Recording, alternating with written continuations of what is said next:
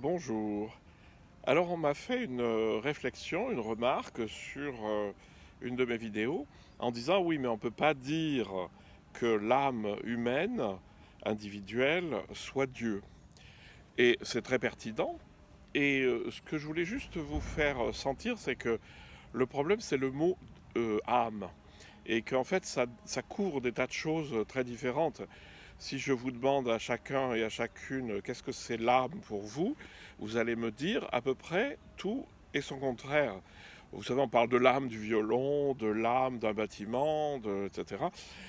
Donc c'est essentiellement une question de définition. Et c'est évident que l'âme individuelle, c'est-à-dire ce qui fait que je suis celui que je suis, euh, avec mes spécificités, etc., c'est évident que c'est pas ça, Dieu.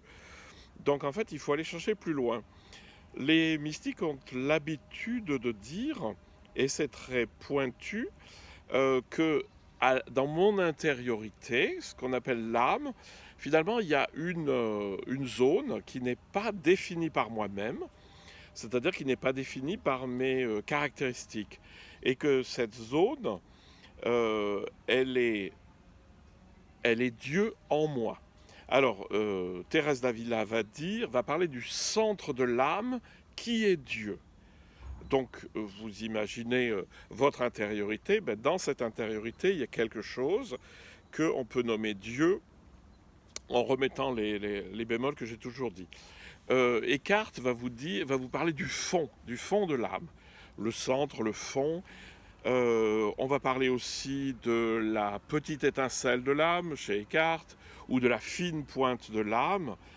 Mais en fait, l'idée, c'est toujours la même, c'est que si on considère que l'âme, c'est notre intériorité, à l'intérieur de cette intériorité, il y a une présence, comme dirait Thérèse d'Avila, une présence, quelque chose qui est divin, c'est-à-dire qui est de l'ordre de ce qui crée le monde et qui le soutient dans l'être. Voilà, alors évidemment que l'âme humaine individuelle et particulière n'est pas Dieu, mais dans chaque âme humaine individuelle et particulière, il y a la présence de Dieu. Euh, donc c'est vraiment faire cette différence-là.